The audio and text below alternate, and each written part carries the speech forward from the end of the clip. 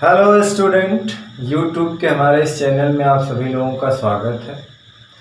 आज के इस वीडियो लेक्चर में हम लोग चर्चा करने वाले हैं कार्बन प्रतिरोध, कार्बन प्रतिरोधक यानी कार्बन रजिस्टर के बारे में। एक विशेष प्रकार का रजिस्टर होता है।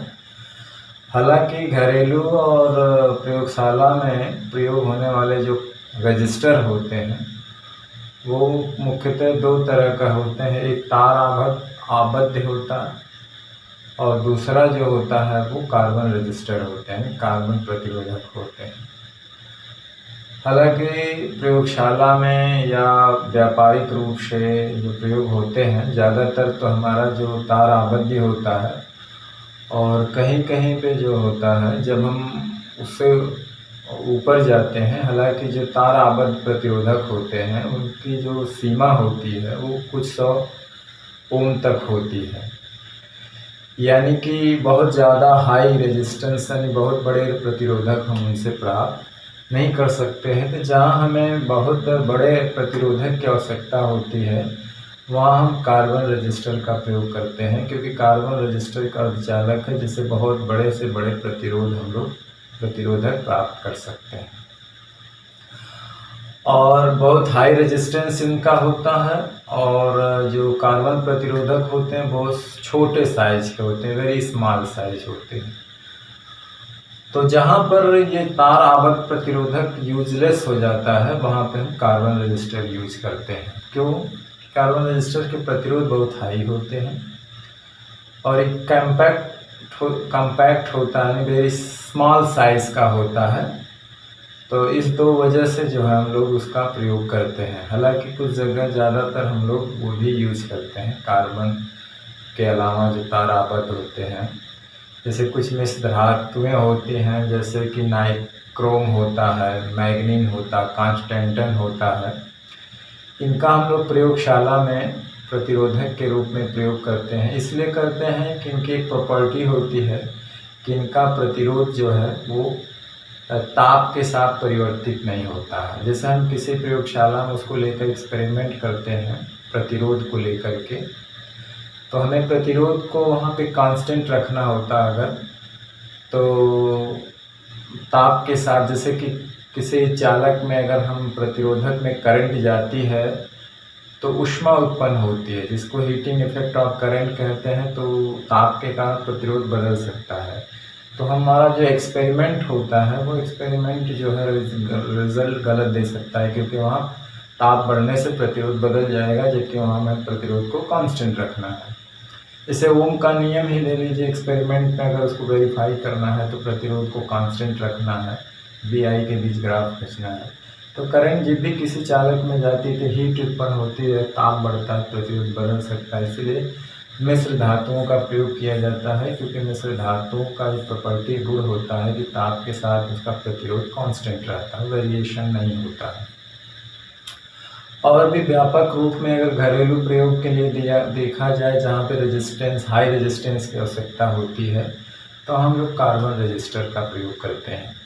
तो कार्बन रजिस्टर एक तो इस साइज़ में बहुत ही स्मॉल होते हैं, इतने स्मॉल होते हैं और बहुत हाई रेजिस्टेंस हम उनसे प्राप्त किया जा सकता है। और बहुत छोटे होने के कारण उस पर जो प्रतिरोध का मान लिखना संभव नहीं हो पाता, क्योंकि अगर हम लिखेंगे तो दिखाई नहीं देता, इसलिए उस पर कलर की कोडिंग की जाती है, जिसको हम लोग प्रतिरोध वर्ण कोड कहा जाता है। क्या कहा जाता है? प्रतिरोध का वर्ण कोड कहा जाता है। तो इसीलिए उस पर कलर की कोडिंग की जाती है, और उस कलर के कोडिंग से हम लोग उसके प्रतिरोध का मान निकालते हैं या उसकी पहचान करते हैं और एग्जैक्ट वैल्यू निकल के आती है। तो उसमें 4 वर्ण का कोड होता है, वलय के रूप में 4 कलर जो होते हैं उस प्रतिरोध पे। हम यहाँ पे कलर अभी लिखेंगे कि कैसे हम लोग कार्बन रजिस्टर जो है निकालते हैं, उसकी वैल्यू कैसे निकालते हैं। तो चलिए शुरू करते हैं। कार्बन प्रतिरोधक, तो मेन रूप से हमारा कार्बन प्रतिरोधक ही है। Colour coding of carbon resistors तो है ही है, लेकिन मेन रूप से हेडिंग हमारा है वो कार्बन प्रतिरोधक या कार्बन प्रतिरोध।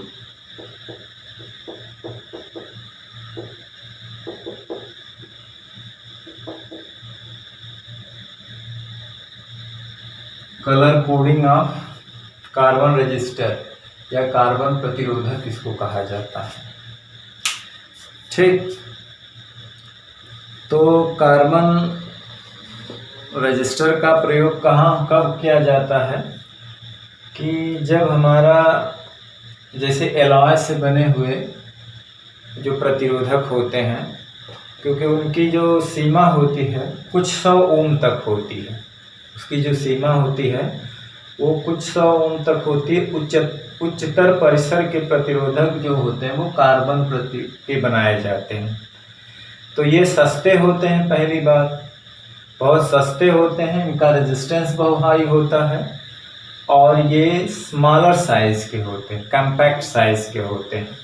तो इसीलिए हम उनके स्थान पर जब प्रतिरोध का मान अधिक लेना होता है तो वहाँ पे हम कार्बन रजिस्टर का प्रयोग करते हैं, क्योंकि ये स्मॉल साइज सस्ते होते हैं, इनका रेजिस्टेंस बहुत हाई होता है।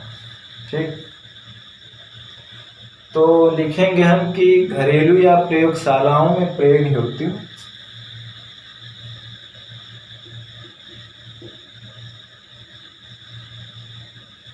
घरेलू या प्रयोगशालाओं में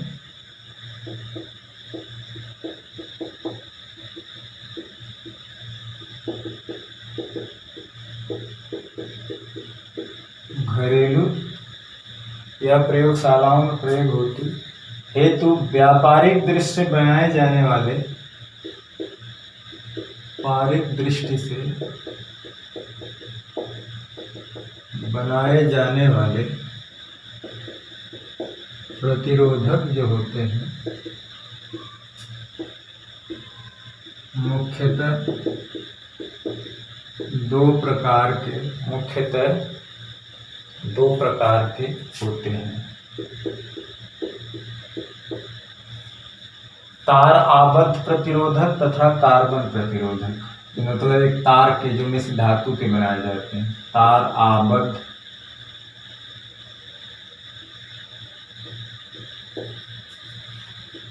प्रतिरोधक तथा कार्बन प्रतिरोधक या प्रतिरोध। तार आबद्ध प्रतिरोधक जो होता है वो मिश्र धातु के बनाए जाते हैं। तार आबद्ध प्रतिरोधक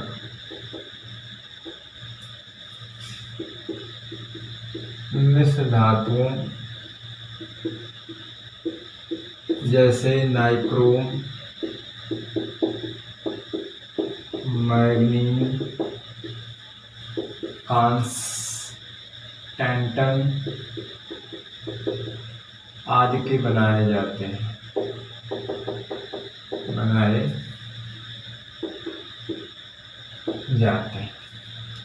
इसके बनाए जाते हैं। बहुत इन पदार्थों का चयन क्यों किया जाता है? इन पदार्थों का चयन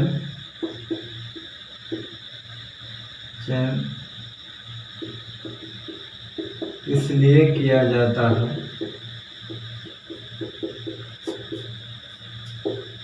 कि इनके प्रतिरोध जो होते हैं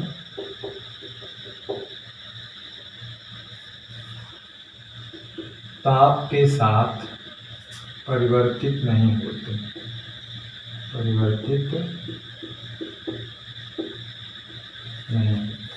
ताप के साथ परिवर्तित नहीं होते। ठीक, इनका प्रतिरोध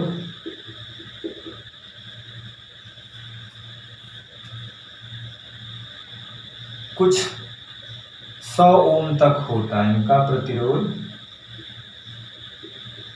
कुछ 100 ओम तक होता है। मतलब इसका व्यवहारिक दृष्टि से इनका उपयोग बहुत कम होता है, जहाँ बहुत 100 ओम तक की जरूरत होती है वहीं इनका प्रयोग किया जाता है। ठीक, तो इनका प्रतिरोध कुछ 100 ओम तक होता है, तो इसीलिए प्रैक्टिकली यानी व्यवहारिक रूप दृष्टि से इनका उपयोग कम होता है। ठीक, उच्चतर मतलब अधिकतम परिसर के प्रतिरोधक मुक्त कार्बन से बनाए जाते हैं। ओम तक होता है, व्यवहारिक दृष्टि से इनका उपयोग कम होता है, यानी practically can not be used, है ना, क्योंकि प्रैक्टिकली इसलिए यूज नहीं किया जा सकता है इनका कि very high resistance can not be obtain practically. इनकी सहायता से बहुत हाई मतलब बहुत ऊंचे उच्चतर प्रतिरोधक नहीं प्राप्त किए जा सकते हैं। कौन सा होते हैं व्यवहारिक दृष्टि से, व्यवहारिक दृष्टि से बहुत ऊंचे प्रतिरोध नहीं प्राप्त किया जा सकता,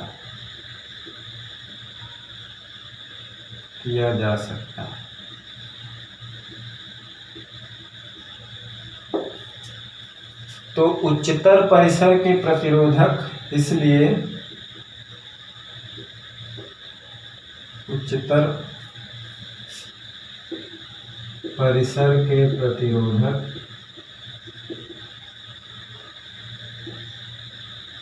मुख्यतः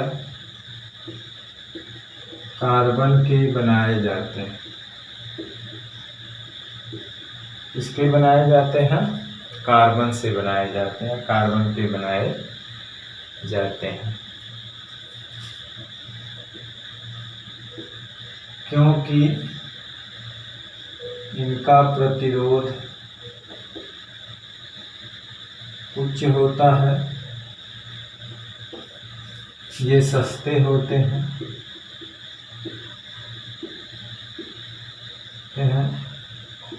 और साइज में बहुत छोटे होते हैं,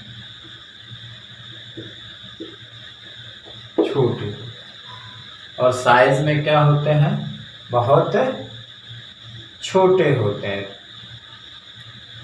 इसीलिए इलेक्ट्रॉनिक परिपथ में व्यापक रूप से प्रयोग किए जाते हैं। अतः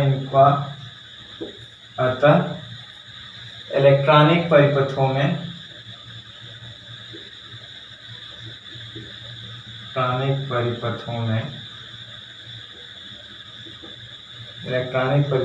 व्यापक रूप से प्रयोग किए जाते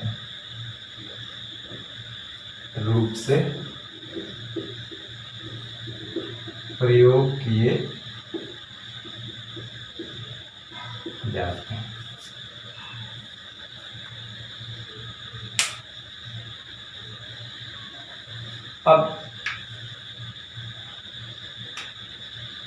अब क्या है कि जो कार्बन प्रतिरोधक होते हैं वो साइज में इतने छोटे होते हैं कि उन पे लिखा हुआ प्रतिरोध जो होता है वो दिखाई नहीं देता है।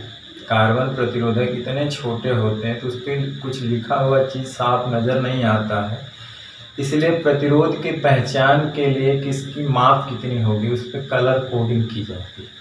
उस पर कलर की क्या होती है, कोडिंग की जाती है, तो उस कलर से उसकी वैल्यू निकालते हैं और एग्जैक्ट वैल्यू निकल के आती है। ठीक, उस कलर कोडिंग से क्या होते हैं, हम लोग एग्जैक्ट वैल्यू निकालते हैं। कार्बन प्रतिरोध की जो साइज, कार्बन प्रतिरोधक साइज में छोटे होने के कारण, कार्बन प्रतिरोधक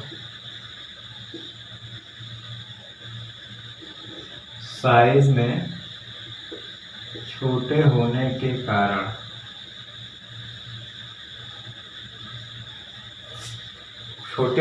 कारण उनके मान वर्ण कोड के द्वारा व्यक्त किए जाते हैं।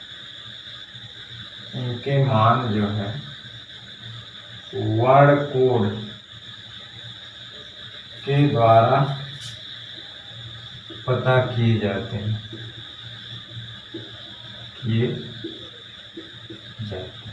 इसी को कहते हैं colour coding of carbon register. Colour coding of carbon register.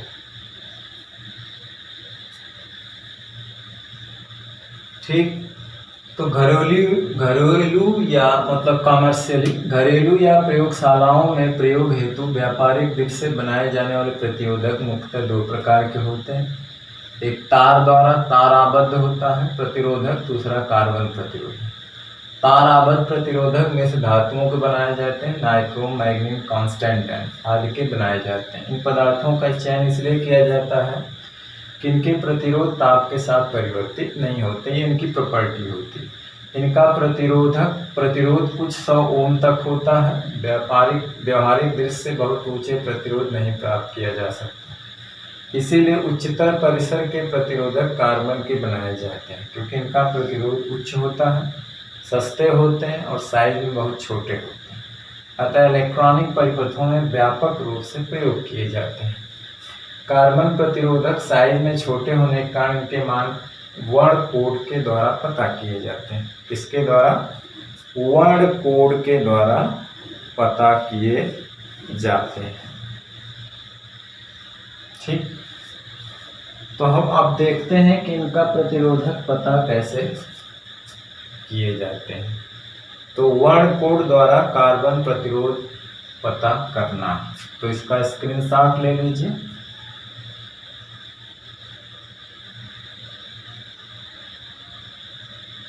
चलिए,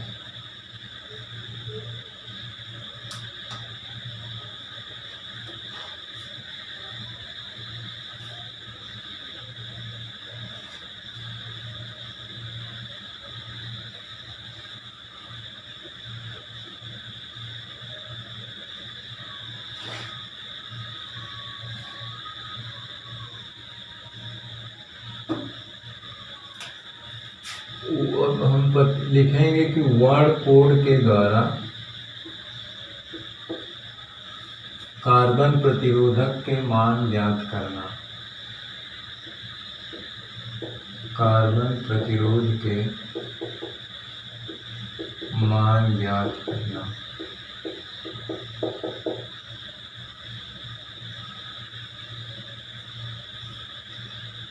ठीक, तो हर कार्बन प्रतिरोधक में 4 वर्ण कोडिंग होती है। 4 क्या होती है? वर्ण कोडिंग होती है। ये सिलेंडर की टाइप के होते हैं।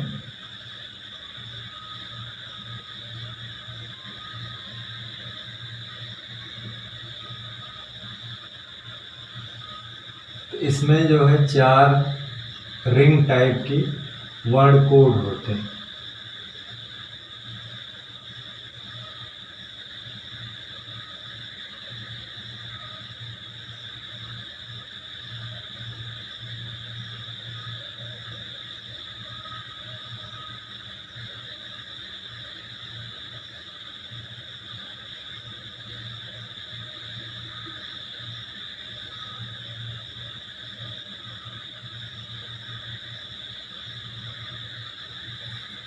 चार वर्ण कोड होते हैं, क्योंकि स्मॉल साइज में इतने स्मॉल होते हैं कि इन पे लिखा हुआ अक्षर दिखाई नहीं देता, इसलिए कोडिंग के हिसाब से इसके प्रतिरोध को ज्ञात किया जाता है, पता किया जाता है।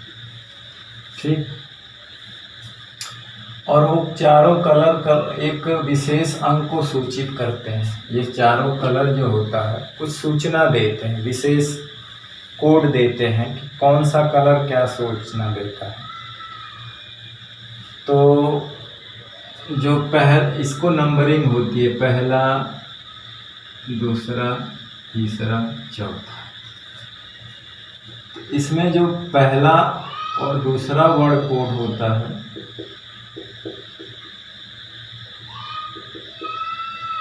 इससे हमारा नंबर्स पता चलता है, सार्थक अंक। पहला और दूसरा वर्ण कोड, पहला दूसरा अंक क्या होता है? वो सार्थक अंक होते हैं, नंबर होते हैं, यानी क्या कहते हैं? सार्थक अंक होते हैं। यानी कि संख्या का मैग्नीट्यूड होते हैं, एक तरह से कहा जाए। ये परिमाण को व्यक्त करते हैं, संख्या परिमाण को व्यक्त करते हैं। परिमाण होते हैं, संख्या परिमाण होते हैं, संख्या के परिमाण को व्यक्त करते हैं। प्रतिरोध के परिमाण को व्यक्त करते हैं, एक तरह से परिमाण को व्यक्त करते हैं, प्रतिरोध के परिमाण को एक तरह से कह लीजिए।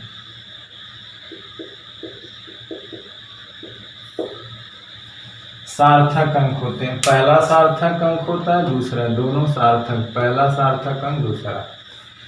तीसरा जो होता है वो गुणांक होता है या गुणक होता है, मल्टीप्लायर होता है। तो तीसरा वर्ड कोड जो होता है वो क्या होता है, गुणक होता है। क्या होता है, गुणक, मतलब 10 की घात का गुणक होता है। क्या होता है, गुणक होता है, जिसको हम लोग मल्टीप्लायर कहा जाता है, ऑर्डर होता है, ठीक है ना। यानी कि 10 की घात का गुणक गुणांक होता है, ऑर्डर ऑफ मैग्नीट्यूड कह देते हैं। गुणक मतलब है कि 10 की घात का गुणक होता है, 10 की घात।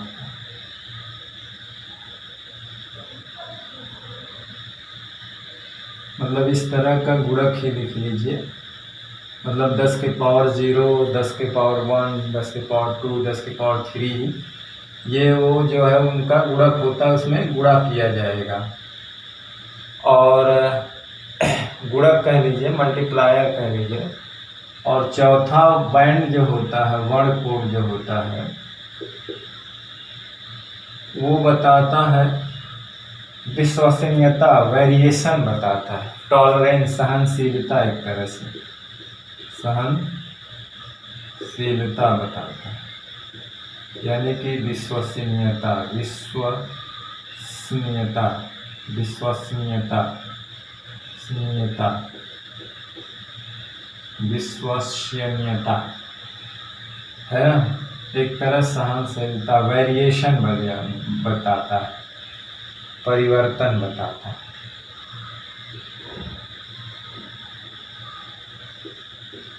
सहनशीलता, टॉलरेंस बताता है, विश्वसनीयता बताता है।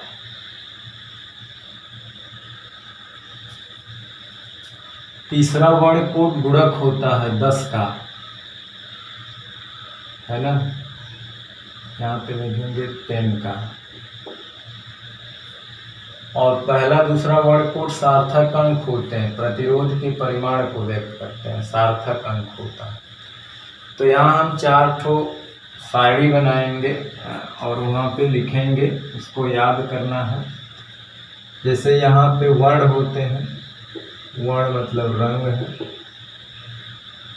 रंग का नाम रहेगा कलर। और दूसरे वाले में जो होता है वो अंक रहेगा। यहाँ पे सार्थक अंक जो होते हैं, जो अंक लिए जाएंगे या अंक। तीसरे वाले में गुणक रहेगा, 10 की मल्टीप्लायर रहेंगे। और चौथे वाले में रहेगा सहनशीलता परिवर्तन।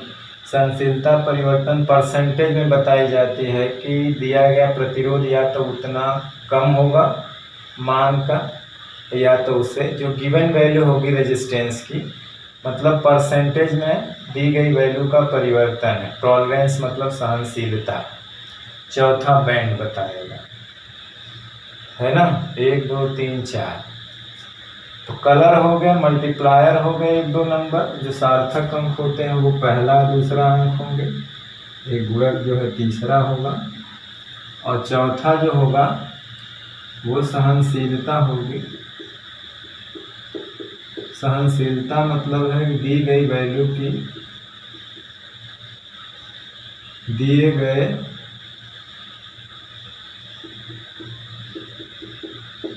प्रतिरोध के मान में प्रतिशत परिवर्तन।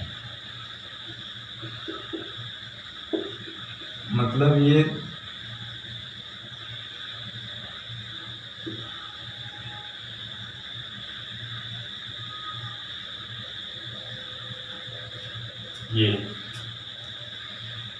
तो तो यहाँ पे कुछ कलर होंगे, उनके लिए अलग अलग सार्थक अंक होंगे जिससे हमें पहचाना जाएगा, और उनका मल्टीप्लायर 10 की घात में होगा। सहनशीलता परसेंटेज में होगी, मतलब जो प्रतिरोध है वो कुछ कलर उस पर रखे रहेंगे, उस कलर के लिए 5% या तो ज़्यादा होगा या तो कम, 10% ज़्यादा होगा या तो कम, 20% ज़्यादा होगा या तो कम।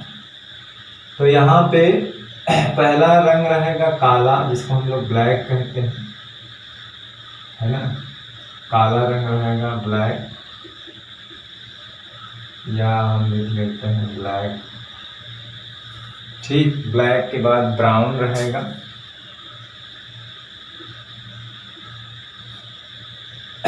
फिर रेड रहेगा,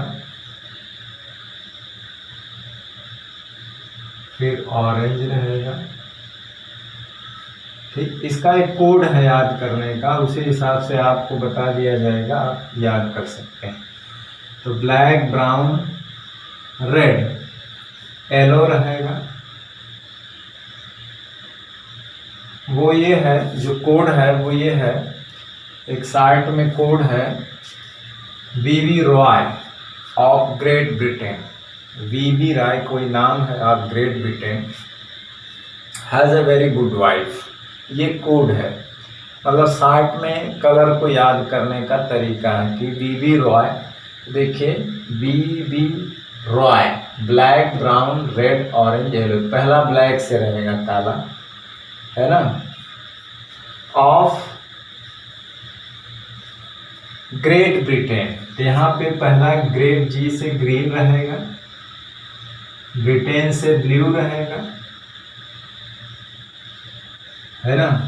तो ऑफ, आपको छोड़ देना है, Great Britain has very, very से वायलेट रहेगा, has very good wife, good, G से ग्रे रहेगा,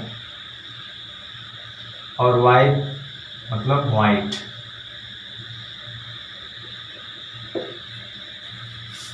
ठीक, तो ग्रीन, ब्लू, वायलेट, ग्रे,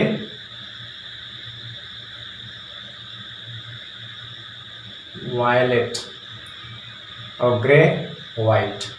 तो देखिए ब्लैक हो गया, ब्राउन हो गया, रेड हो गया, ऑरेंज, येलो, ग्रीन, ब्लू और violet, grey, white. Black, brown, BROWN, red, orange, yellow, green, blue, violet, grey, white. मतलब वीवी रॉय, अभी हम लिख देंगे, ऑफ, जी से great Britain has very good wife. अब इसके लिए सार्थक अंक जो है वो 0 से शुरू होगा, तो जो सार्थक अंक लिए जाएंगे, 0 भी सार्थक अंक का काम करता है अगर पहला और लास्ट के अशून्य अंकों के बीच में आए। तो 0 है 1, ब्लैक के लिए 0, फिर 1, रेड के लिए 2, 3, येलो के लिए 4, ग्रीन के लिए 5, ब्लू के लिए 6, 7, 8, वाइट के लिए 9। उसी तरह से गुणक जो होते हैं इन्हीं का 10 की घात होगी, 10 to power 0, 10 to power 1, 10 to power 2, 10 to power 3, 10 to power 4, 10 to power 5, 10 to power 6, 10 to power 7, 10 to power 8, 10 to power 9। ठीक, तो ये हो गया। अब सहनशीलता में कुछ कलर हैं, जैसे गोल्ड है, गोल्ड मतलब जानते हैं। इसके लिए जो परिवर्तनशील सहनशीलता या दिए गए प्रतिरोध के मान जो प्रतिशत परिवर्तन होगा वो ±5% होगा। मतलब प्रतिरोध की दी गई वैल्यू या तो 5% से कम होगी या 5% से अधिक होगी। इसके बाद सिल्वर कलर होगा, तो सिल्वर के लिए जो सहनशीलता है वो 10%, दी गई वैल्यू जो या तो 10% से कम होगी या तो 10% से ज़्यादा होगी। अब नो कलर का मतलब है कि जो विश्वसनीयता होगी वो 20% होगी। या तो 20% दिया गया वैल्यू कम होगा अपने मान से, या तो 20% ज़्यादा, यानी उसकी वैल्यू में वेरिएशन 20% होगा। सिल्वर कलर अगर इस पे चौथा कलर बताएगा, अगर यह सिल्वर चौथा सिल्वर है तो प्रतिरोध की दी गई वैल्यू की विश्वसनीयता होगी या तो 10% कम होगी या 10% ज़्यादा होगी। गोल्ड अगर है तो 5% कम होगी या तो ज़्यादा होगी। तो इस तरह से हम जो है आपको इस तरह से पहचान सकते हैं कलर। अब हम चलते हैं कुछ एग्जाम्पल ले लेते हैं। हाँ, इसको बता दें कि कैसे याद किया जाता है। तो यहाँ पे होता है बीबी रॉय, ये नाम है, of Great Britain has very good wife, has very good wife होता है।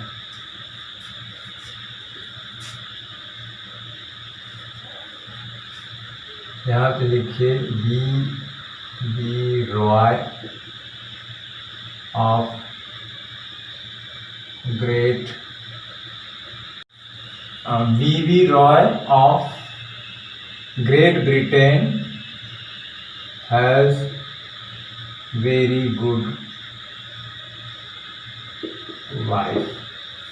तो देखिए पहले बी से black, brown, red, orange, yellow, green, blue, violet, grey, white.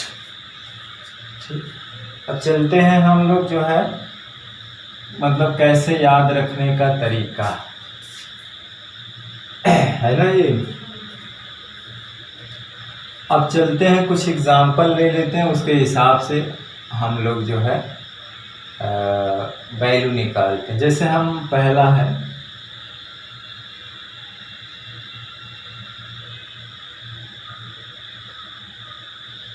इस पे 4 बैंड्स दिए हैं मान लीजिए,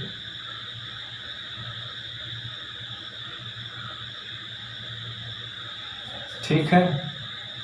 अब मान लीजिए कि यहाँ पे ये वाइट येलो कलर है, मान लीजिए यहाँ पे रेड है, और मान लीजिए यहाँ पे ब्लू है, और यहाँ पे गोल्ड है।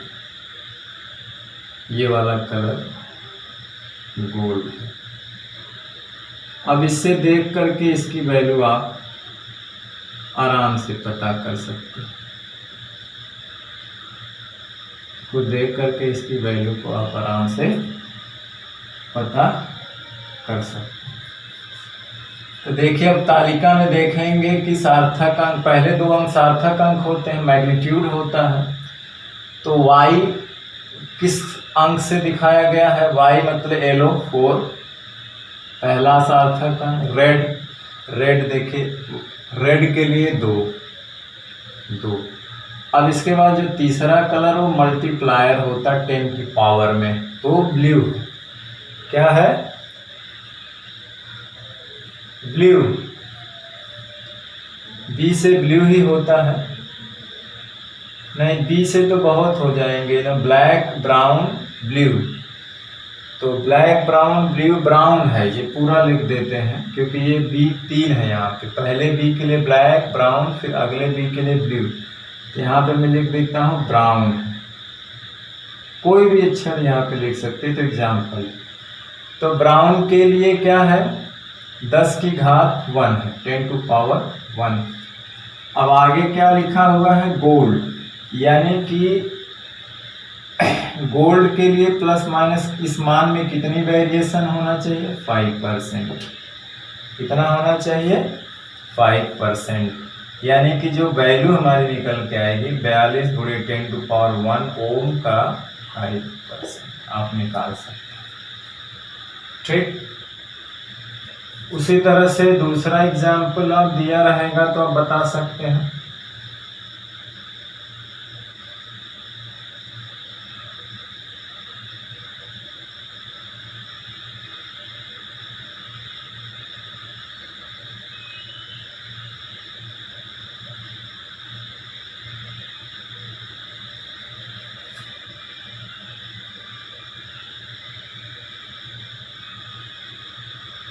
एक कलर जो यहाँ पे लिखे दिए रहेंगे,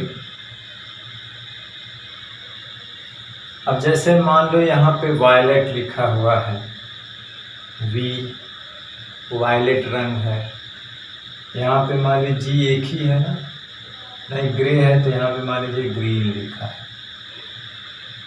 फिर मान लीजिए ग्रीन के बाद मान लीजिए ब्लू लिखा है, सिल्वर लिखा है। ये वाला मान लीजिए ब्लू है और ये वाला रंग सिल्वर है, और ये वायलेट क्या है, वी एक ही है ना, वायलेट। अब यहाँ से हम इसका प्रतिरोध आराम से निकाल सकते हैं। वायलेट के लिए देखिए कौन सा अंक है, 6, पहला सार्थक अंक। ग्रीन ग्रीन के लिए 5 है, देख लीजिए 5 है। बड़े ब्लू ब्लू के लिए जो है 6 है, 7 8 9। ब्लू के सामने 6 है तो 6 के सामने 10⁻6 है। और सिल्वर के लिए वेरिएशन कितना होता है, 10%, तो इसलिए वैल्यू इसकी हो जाएगी इतना, ओम का 10% इसकी विश्वसनीयता, ये वैल्यू निकल के आएगी। उसी तरह से कभी कभी यहाँ पे नो कलर दिया रहेगा, तो नो कलर के लिए आप क्या लिख देंगे, पहले से ±20%। जैसे यहाँ पे कोई कलर ना दिया हो, खाली हो, तो वेरिएशन कितना है, 20%। तो इस तरह से हम लोग रंगों के माध्यम से कार्बन के प्रतिरोधों को पहचान सकते हैं, उनका मान निकाल सकते हैं, ठीक ना। तो ये colour coding of carbon register का ये सिस्टम होता है, और कार्बन रजिस्टर्स वहाँ उपयोग किए जाते हैं जहाँ हमें हाई रेजिस्टेंस की ज़रूरत होती है, और ये सस्ते होते हैं, स्मॉल साइज़ के होते हैं, और हाई रेजिस्टेंस होता है इसका। स्मॉल साइज़ के होते हैं, इस पर इसीलिए उस पर लिखा हुआ चीज़ दिखाई नहीं देता, इसलिए वहाँ पे कलर की कोडिंग की जाती है, वर्ड कोड किया जाता है, और कोड का कुछ मान होता है, उस मान से हम लोग उसके रजिस्टेंस को पहचानते हैं, ठीक। तो आप इस तरह से एग्जाम्पल और भी बना सकते हैं, या दिया रहेगा, हमने बता दिया कि कैसे आपको निकालना। जैसे यहाँ पे नो कलर लास्ट में लिखा रहेगा, तो ± आप 20% लिख देंगे, और पहले 2 अंक जो होते हैं यहाँ से लेने हैं, गुणक को यहाँ से लेना है, और सहनशीलता या विश्वसनीयता को यहाँ से लेना है, ठीक। तो आप इसका स्क्रीनशॉट ले लीजिए। ये कलर कोडिंग यहीं पे समाप्त हो गया, छोटा सा टॉपिक था। हालांकि कलर कोडिंग को इस बार सिलेबस से हटा दिया है, तो मेरे पढ़ाने का मकसद इसलिए है कि मैं जो वीडियो बना रहा हूँ हमेशा के लिए है, तो इस बार लॉकडाउन के चलते इसको हटा दिया है, तो जाहिर सी बात तो हमेशा तो हटाएगा नहीं, अगली बार लॉकडाउन नहीं रहेगा, सारी कोई दिक्कत नहीं रहेगी, तो सिलेबस फिर से पूरा हो जाएगा। तो इसीलिए ये इस बार नहीं है, लेकिन हर बार ये रहेगा। एक समय की कमी की वजह से इसको हटा दिया गया है इस साल के लिए, ठीक। तो इस साल के लिए हटा दिया गया है, तो जो बोर्ड की तैयारी कर रहे हैं वो ना पढ़ेंगे तो कोई दिक्कत नहीं है। मैं तो होल सिलेबस पढ़ाऊँगा, आप लोग सिलेबस डाउनलोड कर लीजिएगा, और सिलेबस में क्या हटा दिया गया है बोर्ड के लिए उसको तैयार नहीं करेंगे, उसके अलावा जो टॉपिक इंक्लूड है उसी को आप मेहनत से तैयार करेंगे, ठीक। मेरा काम बनाना इसलिए है कि इस बार लॉकडाउन की वजह से हटाया, अगली बार छोड़ देगा। तो चलिए इसका स्क्रीनशॉट ले लीजिए। हम चलते हैं महत्वपूर्ण टॉपिक की तरफ, जो प्रतिरोध, जटिल प्रतिरोध दिया रहे तो उससे तुल्य प्रतिरोध कैसे निकालते हैं, ठीक। चलिए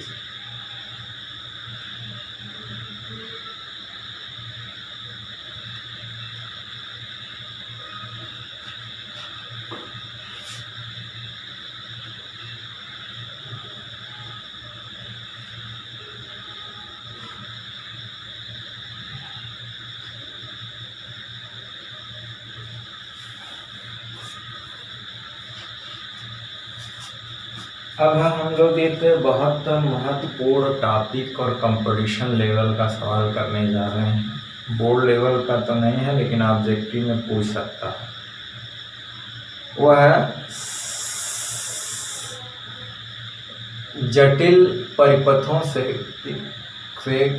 जटिल परिपथों का तुल्य प्रतिरोध ज्ञात करना। जटिल परिपथों से का तुल्य प्रतिरोध ज्ञात करना। तो वो मेथड है हमारा symmetry line method. Symmetry line method या सिमेट्रिकल लाइन मेथड, सममित रेखा द्वारा या सममित रेखा विधि द्वारा, सममित रेखा विधि द्वारा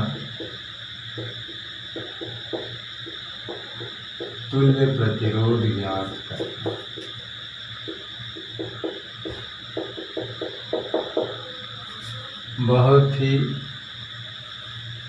बहुत ही अच्छा मेथड है ये। जटिल से जटिल परिपथों का हम तुल्य प्रतिरोध इसकी सहायता से निकाल सकते हैं। सममित रेखा विधि द्वारा तुल्य प्रतिरोध ज्ञात करना। तो ये होता क्या है, इसको हम लोग लिख लेते हैं, फिर 2-4 एग्जाम्पल करेंगे। बहुत आसानी से आप रेजिस्टेंस तुल्य प्रतिरोध जटिल से जटिल परिपथ में ज्ञात कर सकते हैं। बाकी का तो हमने बता ही दिया है। कॉम्बिनेशन ऑफ रेजिस्टेंस में पोटेंशियल मेथड है, व्हीटस्टोन ब्रिज मेथड है, ठीक, सिमेट्री लाइन मेथड है। आगे अभी हम लोग किरचॉफ का नियम पढ़ेंगे, उससे रेजिस्टेंस तुल्य निकालेंगे, जिसमें वो घन का भी आएगा। तो धीरे धीरे आगे देखते हैं। और फिर हमें इनफाइनाइट सीरीज का कैसे निकालते हैं उसको भी बता दिया।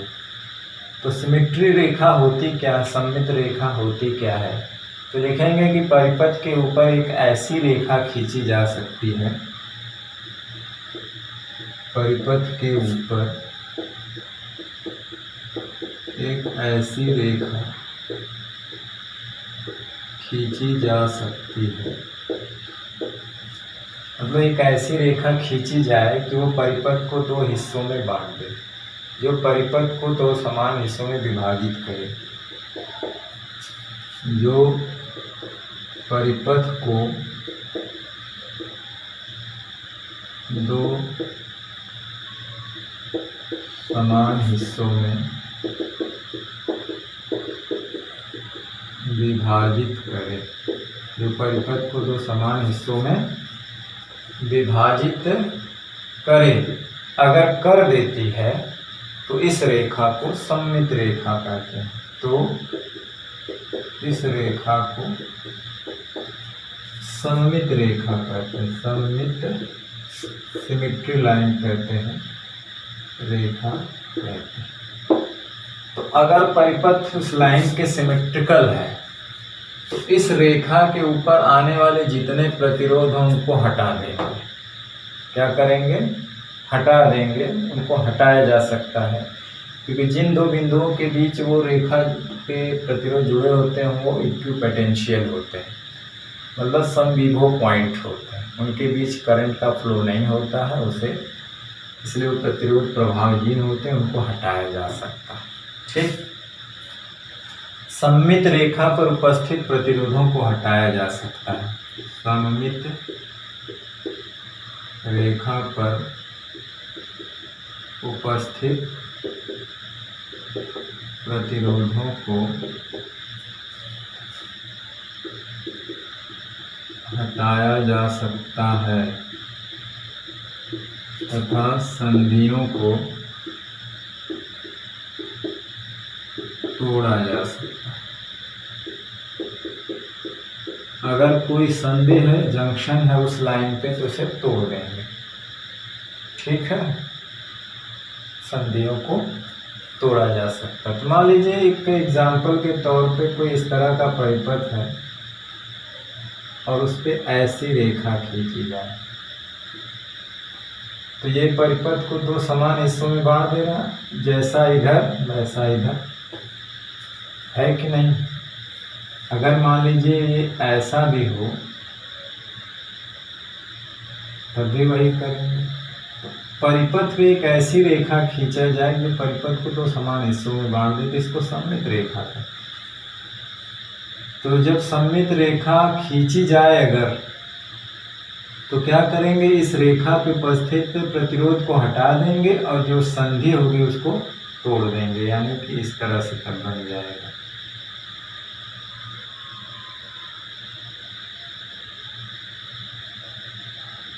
इस तरह से।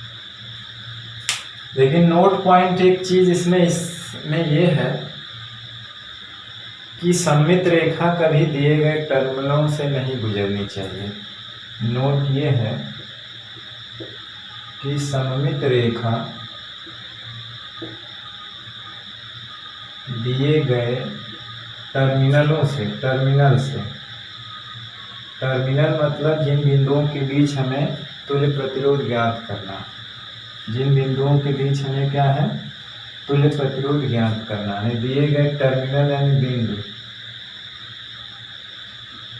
जिनके बीच तुल्य प्रतिरोध ज्ञात करना है, जिनके बीच तुल्य प्रतिरोध ज्ञात करना से नहीं गुजरना चाहिए, से नहीं गुजरना चाहिए। मतलब वो हमेशा दिए गए बिंदु से परपेंडिकुलर सममित रेखा हो जाएगी। यानी कि ये वाली जो लाइन होगी वो दिया गया बिंदु होगा तो टर्मिनल सममित रेखा यहाँ से नहीं गुजरना चाहिए, उसके परपेंडिकुलर होनी चाहिए। ठीक है ना। यानी हमें अगर प्रतिरोध AB निकालना है तो टर्मिनल से ये नहीं बल्कि इसके क्या होनी चाहिए, लंबवत, ये सममित रेखा। ठीक। तो अब इसका स्क्रीनशॉट ले लीजिए और हम कुछ एग्जाम्पल करते हैं जिससे ये बात पूरी तरह से क्लियर हो जाएगी। ठीक। चलिए 2-4 एग्जाम्पल कर लेते हैं और इस बात को आप लोग क्या है नोट कर लीजिए।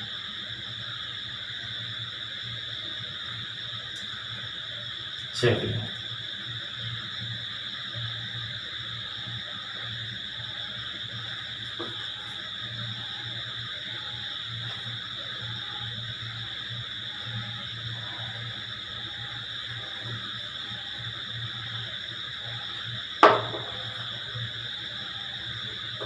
अब जैसे एक सवाल हम लेते हैं इस तरह से,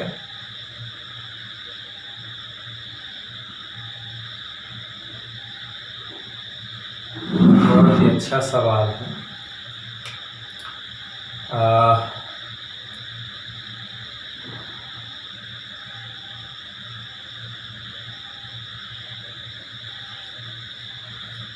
यानी किस तरह का सवाल है,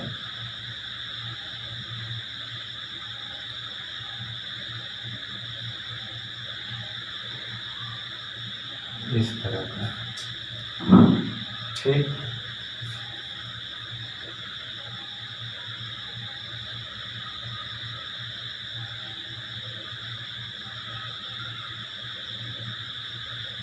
तीन दो कितना हुआ, 5 हुआ। उसी तरह से ये लाइन इधर गुजरेगी, ये लाइन इधर गुजरेगी और ये लाइन इधर गुजरेगी।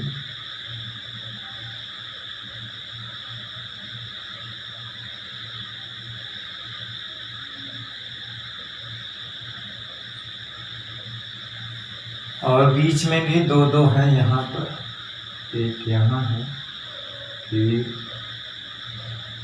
एक यहाँ। इसी तरह से एक यहाँ है, एक यहाँ। ये है और हमको ये टर्मिनल जो दिया हुआ है ये दिया, इनके यानी के बीच दिया ये भी, और प्रत्येक का प्रतिरोध R है।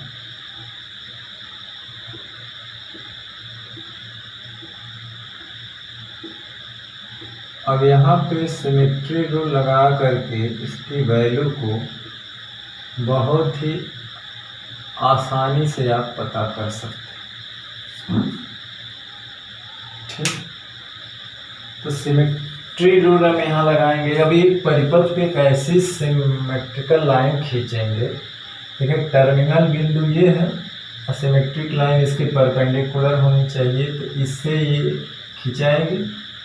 तो सिमेट्री ये देखिए, जितना प्रतिरोध इधर है उतना प्रतिरोध इधर है। 1 2 3 4 5 6 इधर है, 1 2 3 4 5 6 इधर है।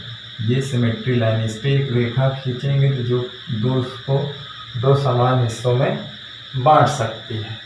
देखिए ये एक जटिल परिपथ है, आप उस तरह इसका तुल्य प्रतिरोध निकालेंगे तो हालत खराब हो जाएगी, है ना। अब क्या कहा है हमने, जो रूल बताया है, रूल में ये कहा है कि इस पे एक सिमेट्रिक लाइन खींची जा सकती है। तो ये लाइन हमारी यही आएगी। तो इस सिमेट्रिक लाइन के प्रतिरोधों को क्या किया जा सकता है, हटाया जा सकता है और इस संधियों को तोड़ा जा सकता है। ठीक, तो हमारा जो बनेगा वो कैसा बनेगा, ऐसे बन जाएगा।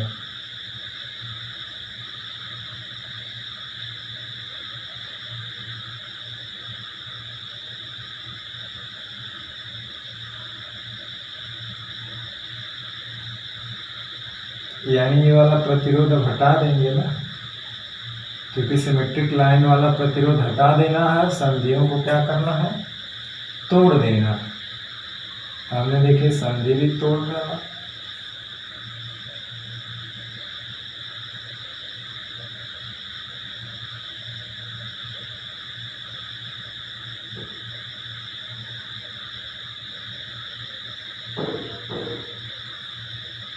बीच के दो प्रतिरोध हमने क्या किया, हटा दिया, यही ना। ये हट जाएगा, संधि भी टूट जाएगी। यानी यहाँ से अगर करंट चलेगी तो इधर नहीं आएगी, इधर चली जाएगी। ठीक, और ये हो गया ए, ये हो गया बी। अब आराम से हल कर सकते, बिल्कुल आराम से। और ये दोनों हो, अब सिंपल इसको सर्किट में बनाना है, देखिए ऐसे बन जाएगा। ठीक,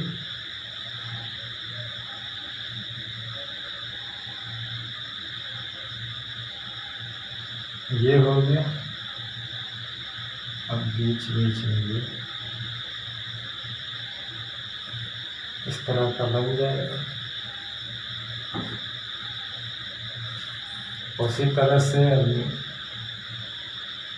नीचे भी बन जाएगा।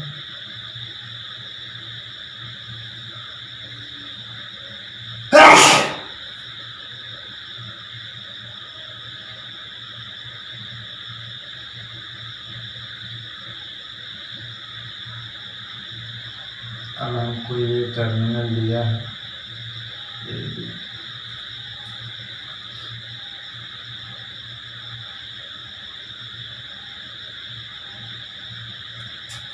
बीच में ही ले लेते हैं। हाँ, एक तो इसके प्रतिरोध और भी दिया है ना यहाँ पे।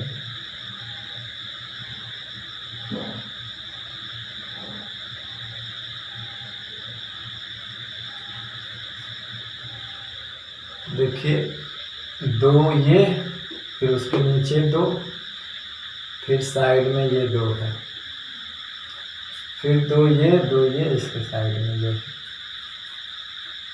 अब ये क्या हो जाएंगे, ये दोनों R 2R हो जाएगा, मतलब एक ही हो जाएगा। और ये 2R हो जाएगा, 2R हो जाएगा।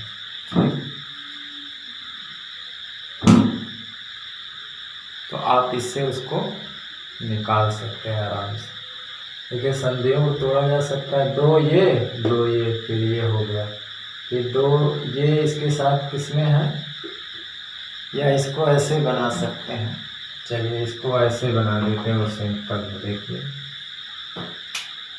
ये R मिलकर 2R हो जाएगा, ये R तो है ही है, ये R मिलकर 2R, ये R मिलकर 2R, ये R। देखिए 2R का इक्विवेलेंट R होता है, पीछे आप लगा चुके हैं। 2R अगर बराबर प्रतिरोध है तो आधा, तो ऊपर जो मिलके क्या हो गया, एक प्रतिरोध हो गया। फिर अब उसके साइड में एक प्रतिरोध है, फिर उसके साइड में एक प्रतिरोध है। ठीक, फिर यहाँ पे एक प्रतिरोध है, फिर यहाँ पे एक प्रतिरोध है, फिर मिलकर यहाँ पर एक प्रतिरोध है। अब सब आर आर हो गए।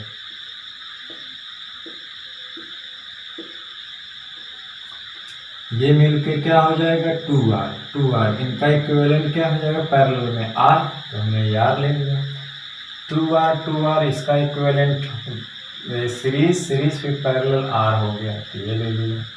ये दोनों है ही है, अब इसको आप सॉल्व कर सकते हैं।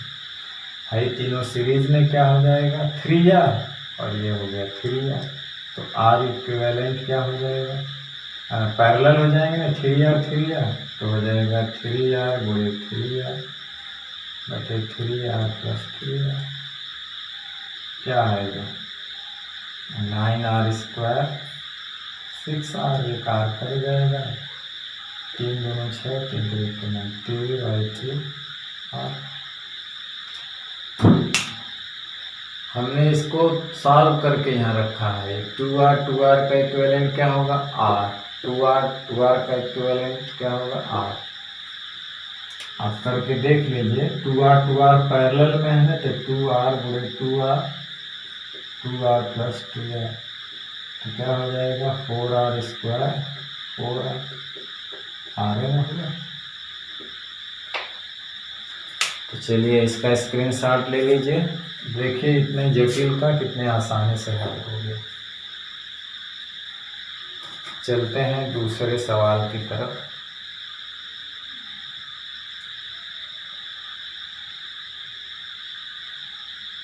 चलिए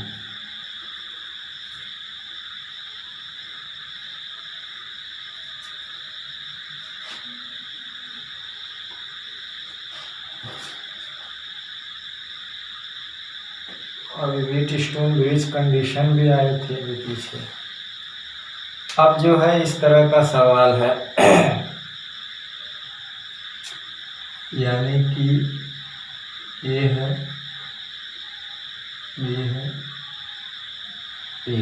तीन ऊपर हैं, उसी तरह से तीन नीचे भी हैं।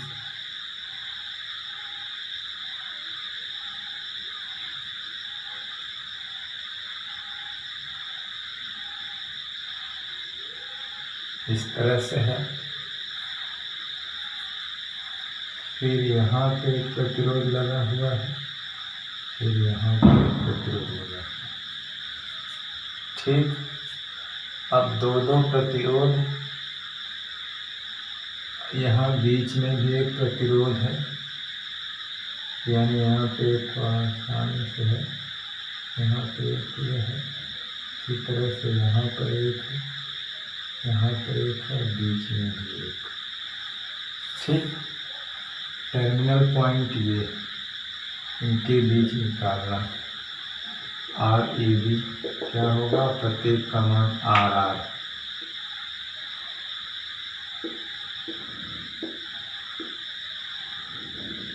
R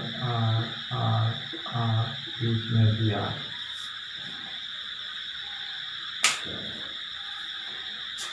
अब इसी का तुल्य प्रतिरोध निकालना है। सिमेट्री रूल बहुत आसानी से इसको सॉल्व कर देगा। अब देखिए टर्मिनल पे तो सिमेट्री लाइन जाएगी नहीं, इसके परपेंडिकुलर जाएगी। इस पे अगर हम सिमेट्री लाइन खींचते हैं तो दो हिस्सों में बांटेगा। देखिए ये तीन प्रतिरोध तो गायब हो जाएंगे, तीन प्रतिरोध क्या हो जाएंगे, गायब हो जाएंगे। सिमेट्री लाइन यहीं से खींची जा सकती है, ये वाली लाइन। तो ये हम तीन प्रतिरोध जो है कट कर देते हैं। ठीक, जब वो तीनों गायब हो गए तो आसानी से परिपथ बन जाएगा, क्या हो जाएगा। अब इसको आप लोग सॉल्व आराम से कर सकते हैं, ये तो रहेगा नहीं।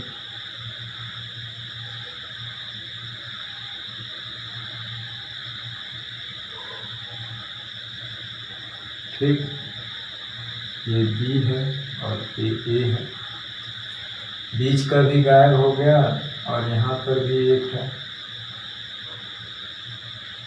अब उस तरह से बीच का गायब हो गया दोनों, तो एक इधर है और एक इधर है, उसी तरह एक इधर है एक इधर। ठीक, अब आराम से हो सकता है। क्यों, देखिए ये आर आर है, ये आर आर है,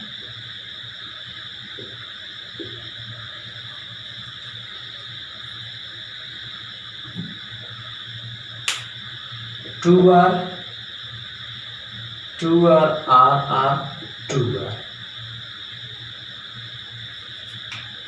इसको ऐसे बना सकते हैं, यहाँ पे दोनों मिलके 2r हो गया, फिर इसके नीचे 2r हो गया, सीरीज में r r 2r। अब देखिए यहाँ पे r r है, 2r ये होगा 2r, उसका ये दोनों पैरेलल में है ना, तो मिलके r हो जाएगा कि नहीं, 2r पैरेलल में मिलके क्या हो जाएंगे r r r r मिलके क्या हो जाएंगे 3r, मिलके क्या हो जाएंगे 3r, ये हो जाएगा 3r, ये। अब इसको आराम से हल कर सकते हैं, जो भी रिजल्ट आएगा अब इसको निकाल लेना सबका मान, ठीक। तीनों पैरेलल में तो हल कर ही सकते हैं। देखिए ये 2r सीरीज में है, ये 2r सीरीज में, ये 2r सीरीज, लेकिन आपस में क्या है पैरेलल है, तो उनका इक्विवेलेंट r हो जाएगा ना, फिर r r r मिलके क्या हो जाएंगे, तीनों सीरीज में, तो 3r हो जाएंगे। अब इसको हल कर देंगे, ठीक।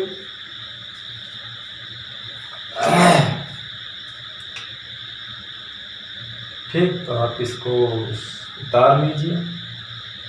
अब चलते हैं दूसरा, ये दूसरे सवाल है, तीसरा की तरफ चलते हैं, इसको मिटा देते हैं, स्क्रीनशॉट ले लीजिए इसको। एक दो सवाल और देख लेते हैं। सिमेट्री रूल व्हीटस्टोन ब्रिज की ही तरह है लगभग। चलिए, वैसे प्रतिरोध निकालने के लिए बहुत तरीका, अभी संधि रूल है, यानी जंक्शन रूल है, अभी स्टार डेल्टा रूल है, तो वो बहुत अलग अलग टाइप के रूल हैं जो यहाँ पे पढ़ना नहीं है। अभी स्टार डेल्टा का अपना अलग मेथड है, जंक्शन रूल का अपना अलग मेथड है, लेकिन जिससे हम आसानी से निकाल सकते हैं हमने उसको बता दिया, ठीक।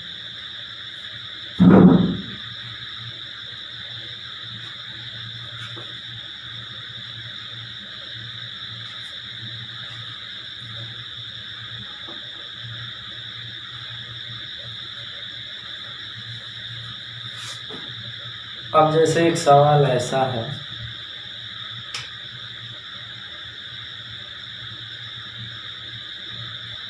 इस टाइप का है,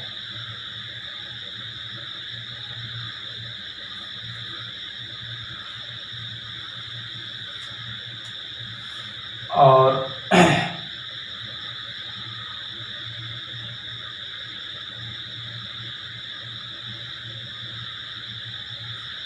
तीन इस तरह से हैं, ठीक, और एक यहाँ पे लगा हुआ है, एक यहाँ पे लगा हुआ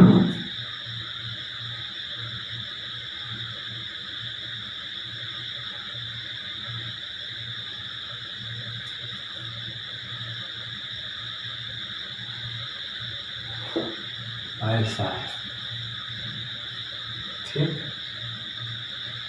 इसका भी प्रतिरोध R है, R है, R है, R है, R है, R, R।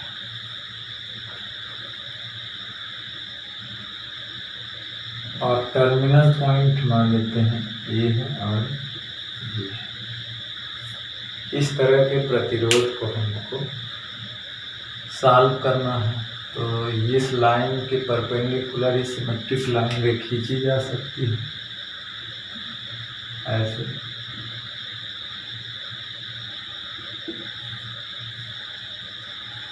इस लाइन पे कोई प्रतिरोध तो पड़ नहीं रहा है, हाँ ये संधि तोड़ी जा सकती, इसके ऊपर कोई प्रतिरोध या ऐसे है ना, उसको परपेंडिकुलर काटती हुआ है, उसके लाइन पे नहीं है ना, तो हमने कहा क्या कि लाइन पे जो प्रतिरोध होंगे उसको हटाया जा सकता है, ठीक। तो संधि को तोड़ेंगे तो कैसा आएगा, तो देखिए ये उस तरह से हो जाएगी, तो ये तो रहेगा ही और ये हो जाएगा, ठीक। और इस तरह से है ये,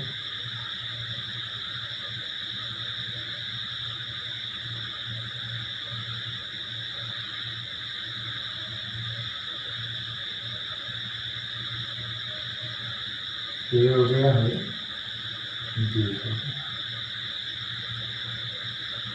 ठीक।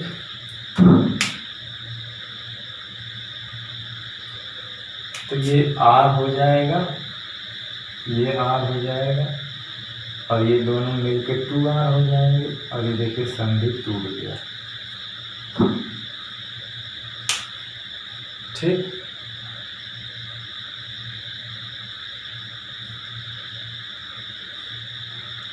अब देखिए इनमें क्या है कि R है, ये R है और AR, इनके ये दोनों क्या है, ये 2R और R पैरेलल में है, तो इनका इक्विवेलेंट क्या हो जाएगा, 2R और R, 2R प्लस R क्या हो जाएगा, 2R स्क्वायर 3R, यानी 2/3R, इनकी वैल्यू हो जाएगी 2/3R। फिर उसके साथ ये किस में हो जाएंगे, सीरीज में हो जाएंगे और फिर ये दोनों क्या हो जाएंगे, पैरेलल। यानी आप इसको ऐसे लगा सकते हैं, ये जो है 2/3R हो गया, ठीक। फिर ये दोनों इसके साथ ऐसे हैं, ठीक। ये R हो गया, AR हो गया। अब उसी के बीच में ये एक ही जोड़ी हो, मिलके कितना हो जाएगा, 2R हो जाएगा। ये पॉइंट D है, एक पॉइंट A है। अब देखिए ये तीनों मिलके हो गए सीरीज में, फिर इसके साथ पैरेलल में RAB आप अपने से निकाल लीजिए। हमने इन दोनों को सॉल्व किया तो कितना आया, ठीक। तो आप इस तरह से सवाल को हल कर सकते हैं। चलिए एक सवाल, दो सवाल और देख लेते हैं। ये चौथा सवाल है, व्हीटस्टोन ब्रिज से भी लग सकता है, तो आप इसको पॉज करके नोट करिए या जल्दी से स्क्रीनशॉट लीजिए।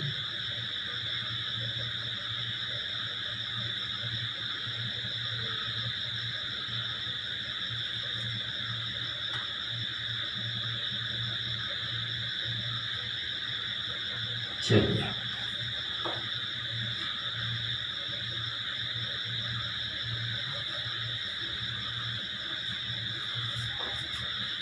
अब जैसे इस टाइप का सवाल है,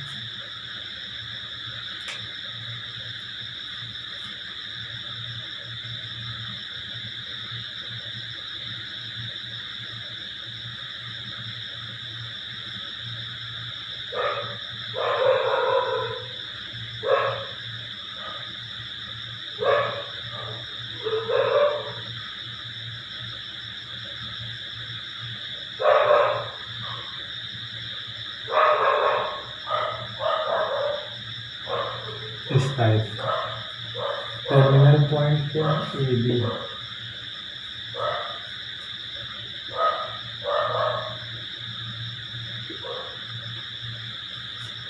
ठीक। तो इस तरह का सवाल, ठीक है। तो अब देखिए कि ये जो है, इस रास्ते से हम एक लाइन खींच सकते हैं कि ये रेजिस्टेंस गायब हो जाएगा, हालांकि सब R है। इनको हम कट कर सकते हैं, यहाँ से हटा सकते हैं, यहाँ तो कोई संधि है ही नहीं है, इसको घटाएंगे तो ये इस तरह से आ जाएंगे, ऊपर दो रेजिस्टेंस आ जाएंगे, फिर नीचे दो रेजिस्टेंस हैं, फिर एक नीचे दो रेजिस्टेंस आ जाएंगे, ये B है, ये इस तरह का बन जाएगा। अब अब आराम से इसको हल कर सकते हैं। R R R R two R parallel क्या हो जाएंगे, ठीक।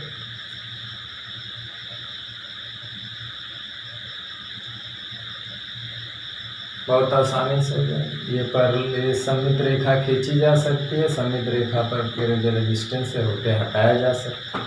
यहाँ संधि है नहीं कि ऐसे कोई आया है तो उसको तोड़ के अलग करें, ठीक। टू आर फिर परस्पर पैरेलल, तो आप आराम से लगा सकते हैं। जैसे कि यहाँ पे एक सवाल ये है, इस तरह का है, ये प्रतिरोध इस तरह से जुड़े हैं। हालांकि व्हीटस्टोन मेथड भी इसमें काम कर सकता है।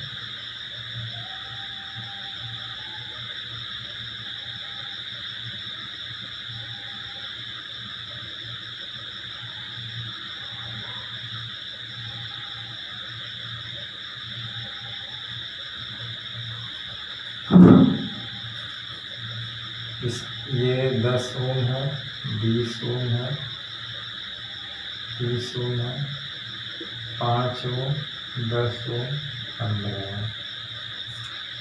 यहाँ ये इसमें तो आराम से व्हीटस्टोन ब्रिज लागू कर सकते हैं, जैसा कि हमने पीछे भी पढ़ाया था व्हीटस्टोन ब्रिज में। आप देखिए इसमें वो लागू हो सकता है, सिमेट्रिक लाइन तो इसमें लगेगी नहीं, ये तो व्हीटस्टोन ब्रिज से ही होगा। सिमेट्रिक लाइन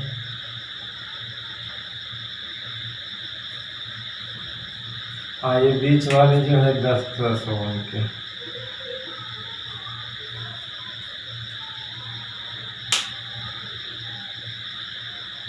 तो यहाँ में सिमेट्री लाइन वाला रूल तो नहीं लगेगा।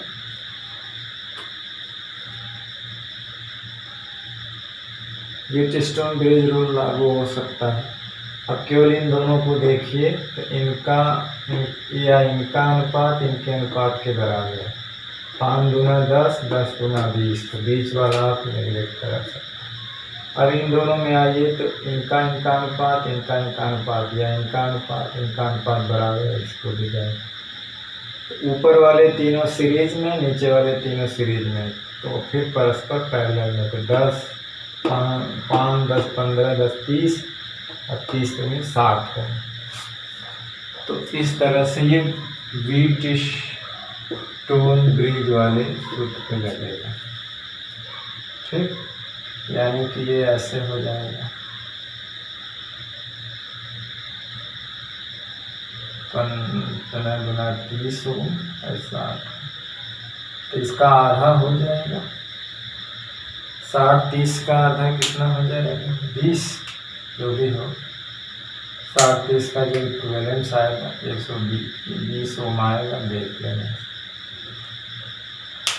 तो इस तरह से आप सॉल्व कर सकते हैं सिमेट्रिकल लाइन से।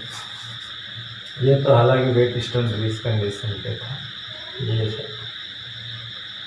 तो ये एक तरह से बोर्ड लेवल का सवाल नहीं था, कंपटीशन लेवल का सवाल था। इस तरह से जटिल रेजिस्टेंस दे करके वो कहेगा कि इनके बीच पे प्रतिरोध ज्ञात कीजिए। और हमने अभी इस पे कार्बन रजिस्टर पढ़ाया, तो कार्बन रजिस्टर का टॉपिक भी हालांकि हटा दिया है सिलेबस से, लेकिन आगे फिर जोड़ देगा। तो हम तो जो वीडियो बना रहे हैं हमेशा के लिए है, इसलिए पढ़ा रहेगा।